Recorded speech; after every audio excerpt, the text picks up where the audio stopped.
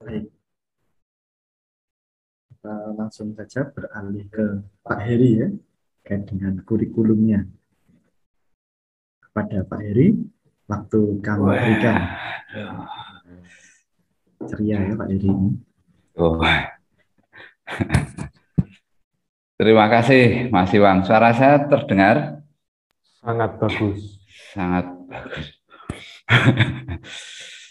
uh, Romo, Suster, Bruder, Bapak Ibu, Frater semuanya, selamat sore. Selamat bertemu dengan saya. Saya itu virtual background saya masih BIMTEK pengurus Yayasan YPR, tapi biarlah karena saya tidak bisa mengganti.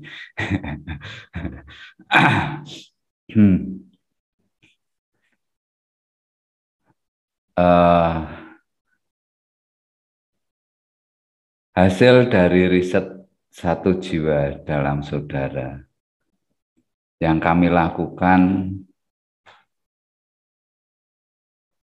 menjadi permenungan panjang buat kami saat sebuah pertanyaan terus bagaimana itu bisa diimplementasikan, bisa dibenamkan ke unit sekolah. Pertanyaannya itu. Oleh karena itu, saya izin share screen ya.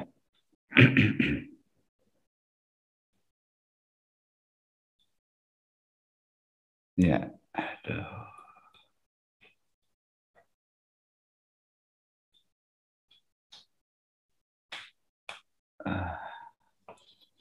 Di dalam program organisasi penggerak, GTK mencari ormas yang sudah mempunyai model program peningkatan kompetensi pendidik dan tenaga kependidikan. Dari kata model tentunya semuanya sudah tahu atau paling tidak ya bisa membayang-bayangkan. Model itu simplifikasi dari kenyataan. Disimpelkan dalam bentuk flowchart, rumus matematik, diagram, dan sebagainya. Nah, ya, nah, sudah kelihatan Romo, Suster, Bruder, Bapak Ibu, Frater, saudara sekalian. Ya, terima kasih. Kelihatan. Ya, kelihatan Pak, bagus sekali. Ya. Suster, pastor, kok suaranya udah. Kalau saya mendengarkan logat Batak Sumatera Utara itu rasanya sudah akrab di telinga saya. Karena saya juga sering berinteraksi dengan teman-teman di Sumatera Utara seperti yang disampaikan Pak Adi tadi. Oke. Model program Luber yang kita temukan dalam hal ini kita sharing ya saudara-saudara sekalian bahwa kita di Yayasan Pangudi Luhur mempunyai model program. Mungkin di sekolah Romo, Suster, Bruder, Bapak Ibu, Frater semuanya juga mempunyai model program. Ayo mari kita sharing, mari kita berdiskusi, mari kita saling melengkapi. Membangun sekolah atau membangun pendidikan anak bangsa yang menjadi lebih baik lagi. Nah,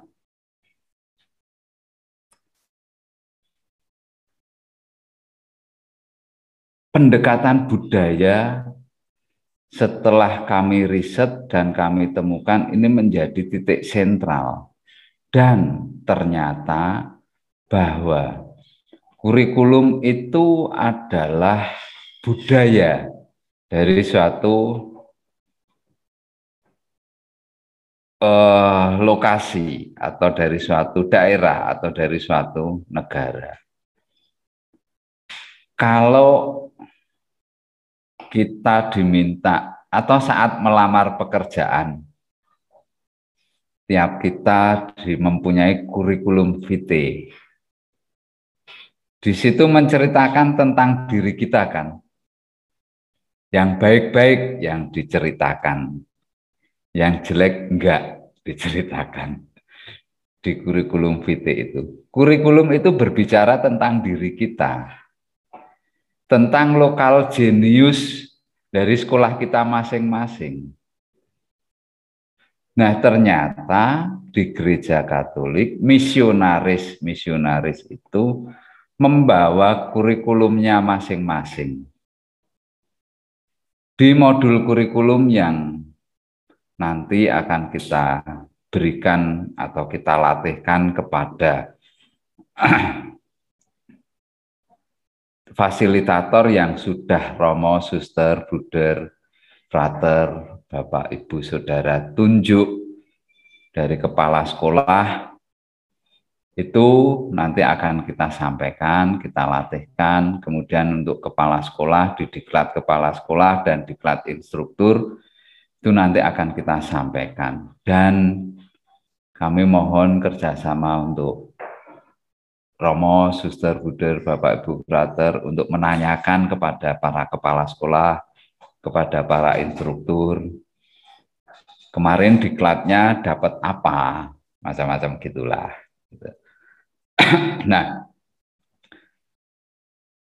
sistem budaya kita dari Kuncoro Ningrat ada 7 unsur budaya yang nanti akan kita gali. 7 unsur budaya inilah nanti akan membangun sebagai dasar membangun ekosistem sekolah. Ada di modul pendekatan budaya, ada di modul budaya sekolah. Nah, dari budaya ini kami menemukan bahwa para bruder, guru, bruder FIC dulu itu menggali potensi dan keunggulan di sekolah yang mereka dirikan. Mereka menciptakan keunggulan-keunggulan di sekolah-sekolah itu. Di bidang literasi, ada banyak karya literasi, buku terutama. Di bidang numerasi, kemudian karakter yang dibentuk dari sekolah Katolik, kita sudah pahami bersama. Dulu kita leader, sekarang semoga masih menjadi leader. Tetapi ingat, waktu Romo Joko, Romo Mutiara Andalas menyampaikan, kita mempunyai masalah bersama. Romo, Suster, Bruder, Bapak, Ibu semuanya, kita harus sadar diri bahwa pendidikan Katolik menurun. Saya menyampaikan ini dengan bangga, karena saya yakin kita tidak menurun, tapi hibernasi. Sebentar lagi kita akan bangkit bersama. Kita sudah mempunyai konsorsium, kita akan gali bareng, kita gali bersama, kita sharing bersama untuk kemudian membangun sekolah Katolik yang seperti dulu. Katanya begitu. Nah, kemudian di dalam pendidikan kita selalu masuk atau bertanya tentang kurikulum atau sudah familiar dengan suara kurikulum. Kurikulum itu gampang, dan sebagainya. Nah, langkah yang akan kita lakukan nanti, gali dulu potensi budaya, potensi sekolah. Bagaimana caranya menggali nanti di modul budaya sekolah akan ada, kita ajarkan di sana. Kemudian ayo kita bersama-sama mengembangkan kurikulum sesuai dengan potensi sekolah masing-masing. KTSP. KTSP itu bukan kurikulum 2006 saja ya, Suster Romo, Buder, Bapak, Ibu, Guru, Frater. 2013 itu juga KTSP. Kurikulum tingkat satuan pendidikan. Artinya apa? Negara itu sudah memberi kebebasan kepada semua unit sekolah untuk mengembangkan kurikulumnya masing-masing. Ini mohon maaf, saya agak gemes ini. Sekolah Katolik dengan kurikulumnya yang dulu menjadi baik itu, dan sumbangsi terhadap negara itu sangat luar biasa.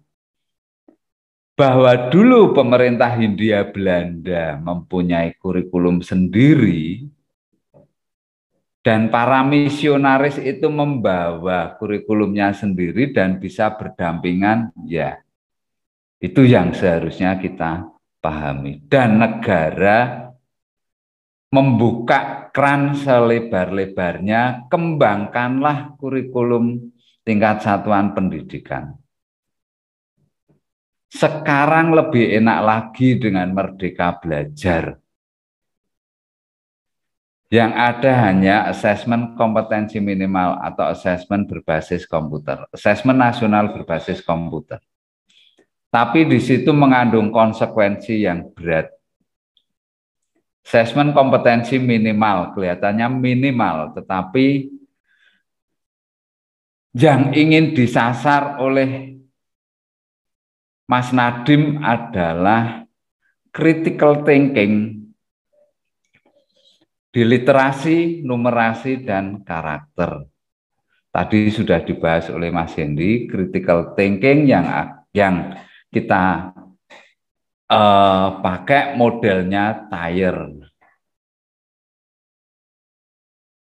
Nah, setelah kita mampu mengembangkan kurikulum, ini nanti bagaimana caranya kita akan ajarkan. Kemudian bagaimana mendesain pengajaran dan pembelajaran berdasarkan kurikulum yang kita kembangkan. Terus proses belajar mengajar, kemudian evaluasi. Evaluasi,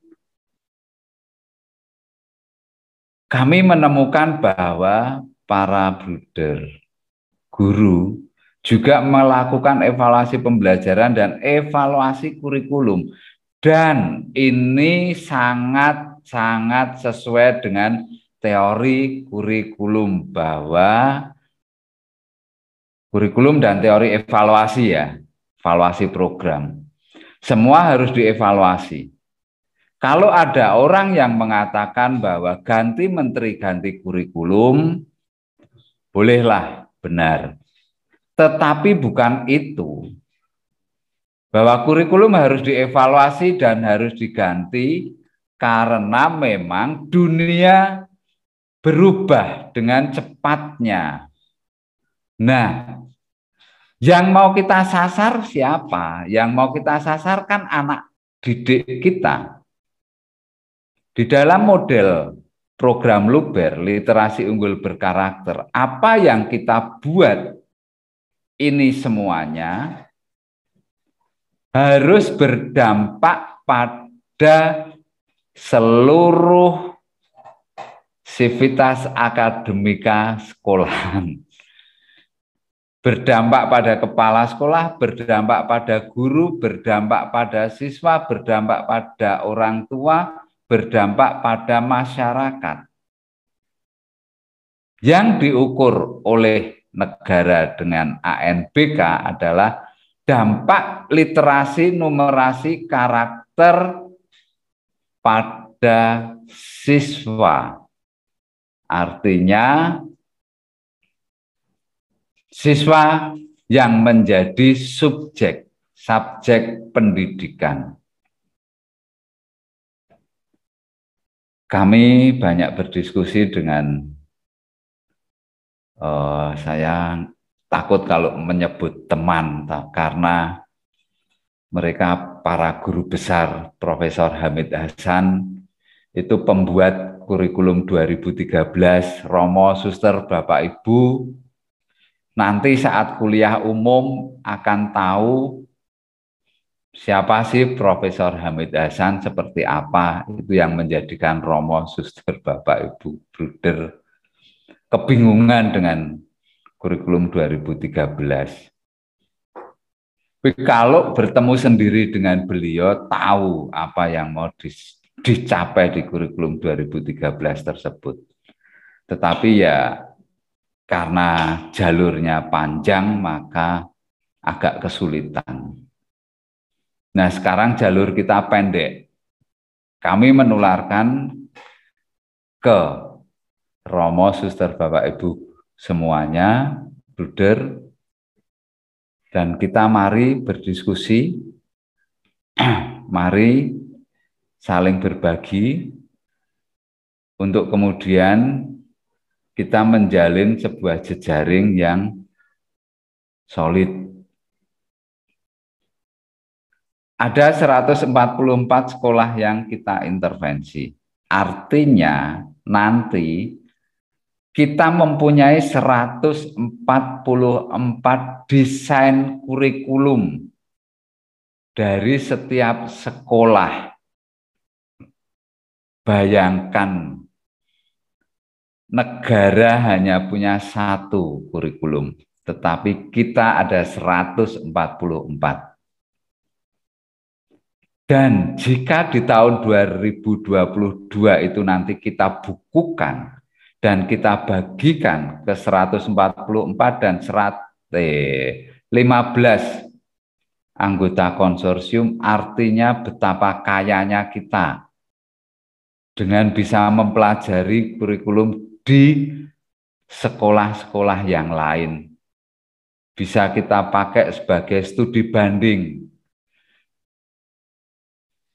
POP ini sebagai sarana kita untuk maju bersama.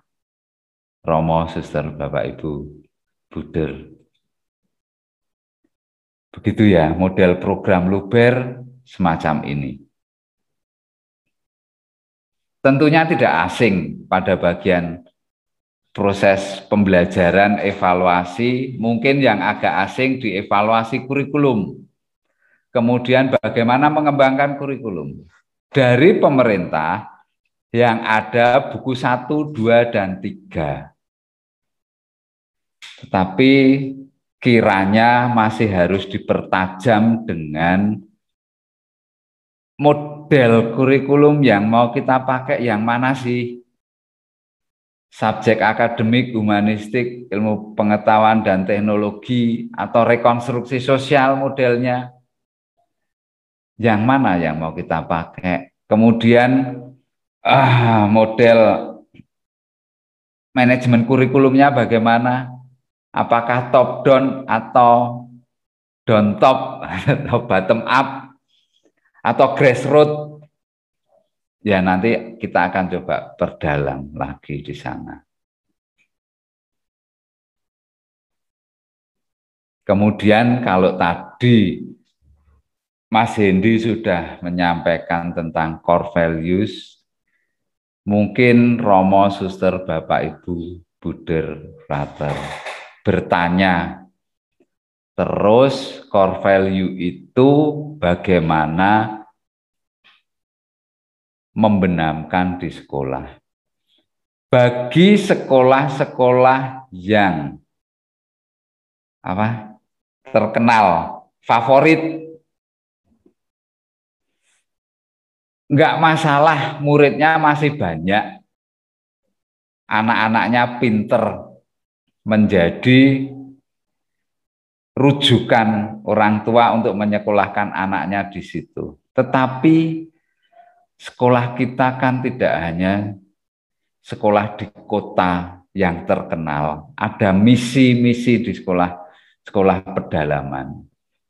Nah, justru sebetulnya di sekolah pedalaman itulah kita mempunyai peluang yang sangat besar jika konsep bagaimana core value ini ditanamkan kepada anak-anak.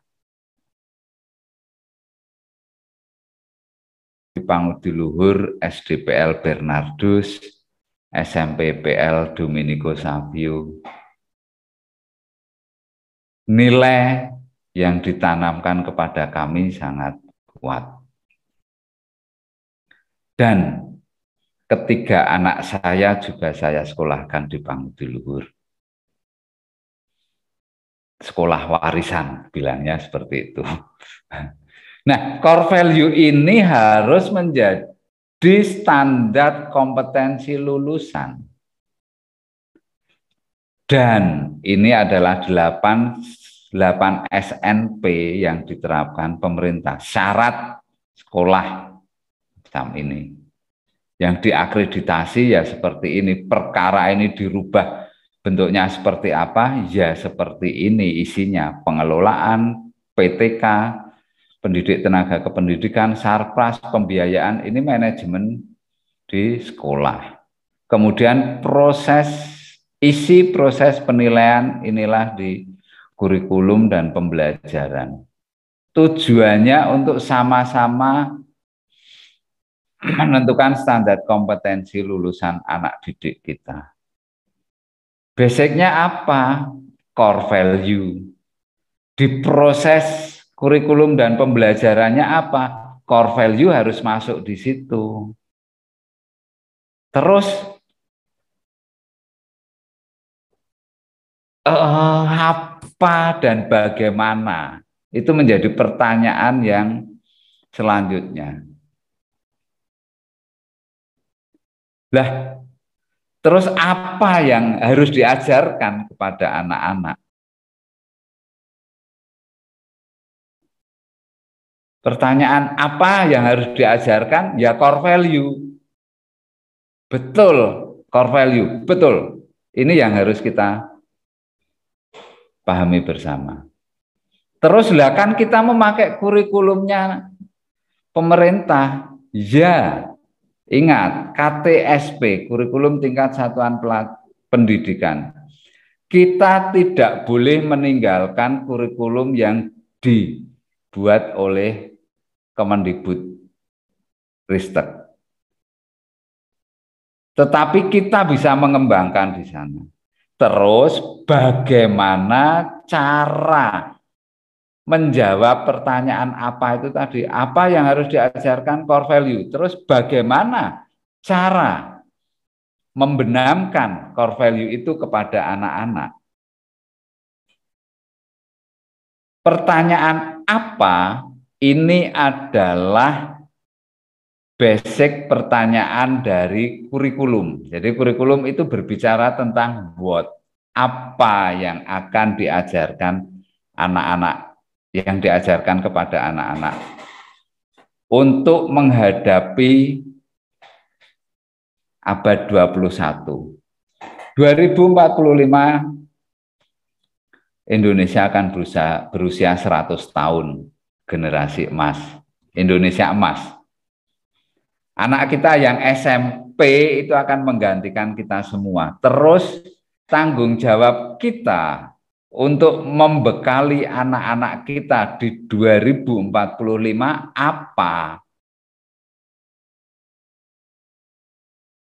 Itu yang harus didesain di dalam kurikulum. Pertanyaannya apa?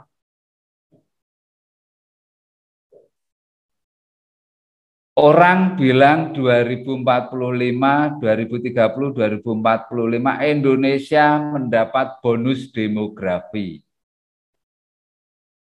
Tetapi di balik kata bonus demografi ada bencana demografi.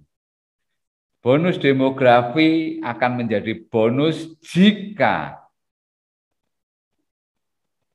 tenaga kerja, karena 70% rakyat Indonesia akan di usia kerja, 70%, maka itu dikatakan bonus demografi.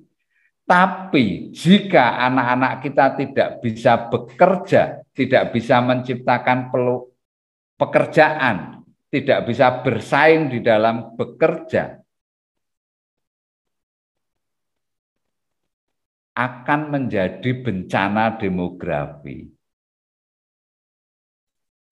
Romo, Suster, Buder, Frater, Bapak, Ibu sekalian, mari kita refleksikan, apakah kita sudah membuat atau sudah menjawab pertanyaan apa yang akan kita berikan kepada anak-anak kita di tahun 2045? Jika belum, celakalah kita. Kita sebagai pendidik akan bangga jika melihat anak didik kita sukses menjadi menteri, menjadi dokter, menjadi insinyur, menjadi apapun. Tetapi anak didik kita yang menjadi gelandangan tidak pernah diakui sebagai anak didik kita. Karena kita lupa menyiapkan anak-anak kita dengan menjawab apa.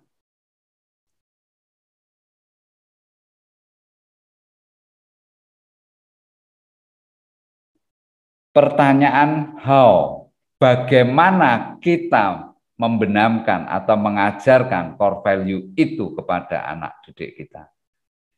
Dua pertanyaan ini yang akan kita jawab di dalam POP dengan model program Luber. Begitu Romo, Suster, Buder, Bapak, Ibu, Frater.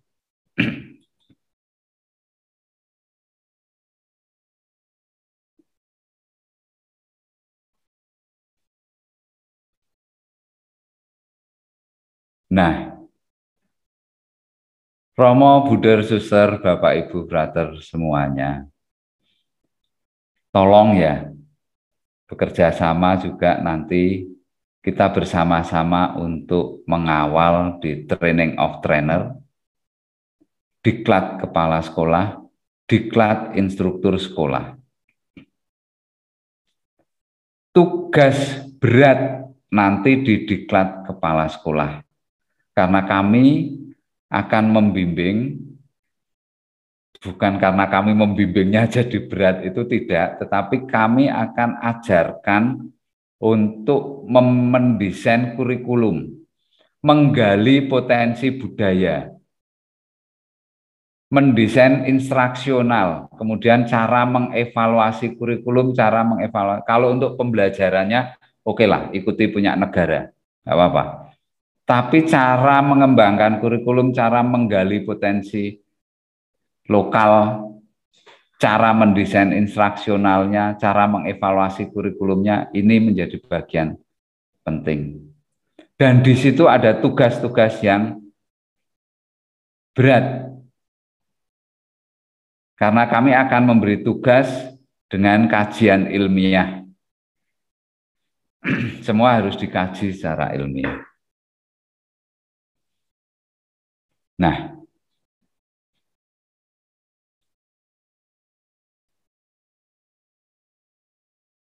Romo, Suster, Buder, Bapak, Ibu, Frater,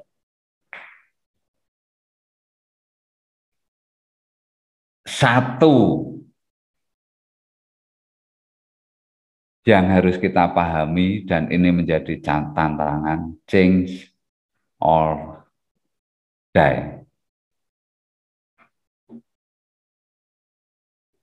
Sebagai refleksi, Romo, Suster, Buder, Frater, Bapak, Ibu, sudah berapa sekolah yang Romo, Suster, Buder, Bapak, Ibu miliki dan sudah tutup?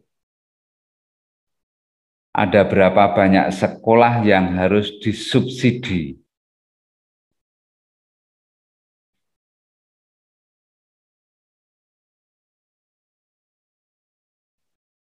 Sejarah masa lalu telah meninabobokan kita.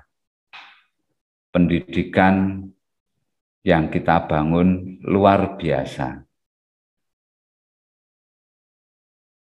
Dulu orang bilang seperti itu. Sekarang saya masih meyakini bahwa pendidikan Katolik masih menjadi sentral pendidikan di Indonesia.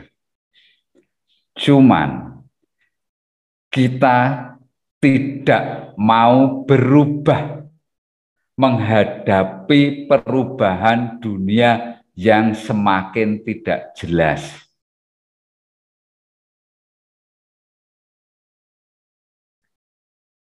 Jika kita bersama-sama menyongsong perubahan dan fleksibel di dalam perubahan, mari dengan POP ini kita bersama-sama membangun Indonesia, berkontribusi terhadap Indonesia sebagaimana kita hidup berbangsa dan bernegara di Indonesia. Stephen Hawking mengatakan kecerdasan adalah kemampuan beradaptasi terhadap perubahan, dan Winston Churchill, untuk meningkatkan itu berarti berubah. Menjadi sempurna itu berarti sering berubah. Jadi, Romo, Suster, Bruder, Bapak, Ibu, Frater, jika sering berubah, jangan takut.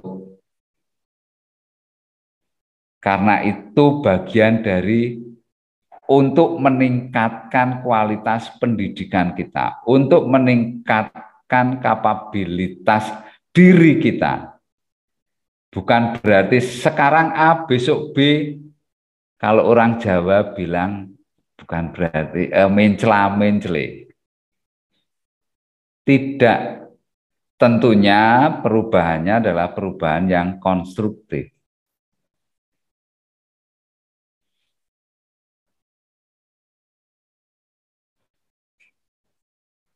Apakah kita berani berubah? Mari kita berdiskusi. Terima kasih banyak. Mari kita sharing. Romo, Suster, Bruder, Frater, Bapak, Ibu. Silahkan kita menggali ide-ide segar di kita. Masalah teknis di lapangan banyak sekali. Tetapi mohon maaf, ada baiknya kalau mari kita bertukar pikiran dengan ide-ide yang kita miliki, bagaimana membangun ini semuanya. Saya 11 tahun jadi guru. Untung saya insaf. Maaf, Romo Suster. Kemudian 5 tahun saya membangun bimbingan belajar. Setelah itu saya diingatkan oleh Tuhan dan saya menjadi miskin semiskin-miskinnya orang. Tapi kemudian saya bangkit lagi, saya usaha, saya mempunyai sekolah olimpiade, namanya Sekolah Romo, Suster, Bapak, Ibu, Bruder.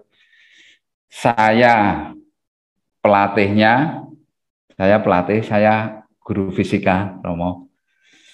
Saya office boy-nya, saya administrasinya, saya tukang pel, sapu, dan sebagainya.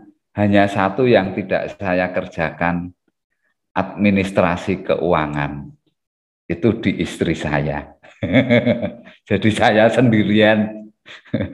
Tetapi begitulah yang saya jalani. Idealisme pendidikan itu tumbuh dari gemblengan Pangudiluhur. Mari kita berbicara dengan ide-ide kita. Teknis di lapangan banyak. Tapi ide yang akan kita gali di sini ada 41 partisipan. Seandainya satu partisipan menyampaikan satu idenya, ada 41 ide yang bisa kita create untuk bersama-sama mengembangkan model program yang dimiliki oleh institusi Romo, Suster, Bruder, Frater, Bapak Ibu sekalian. Terima kasih, saya kembalikan ke Mas Iwan sebagai MC. Terima kasih. Ya.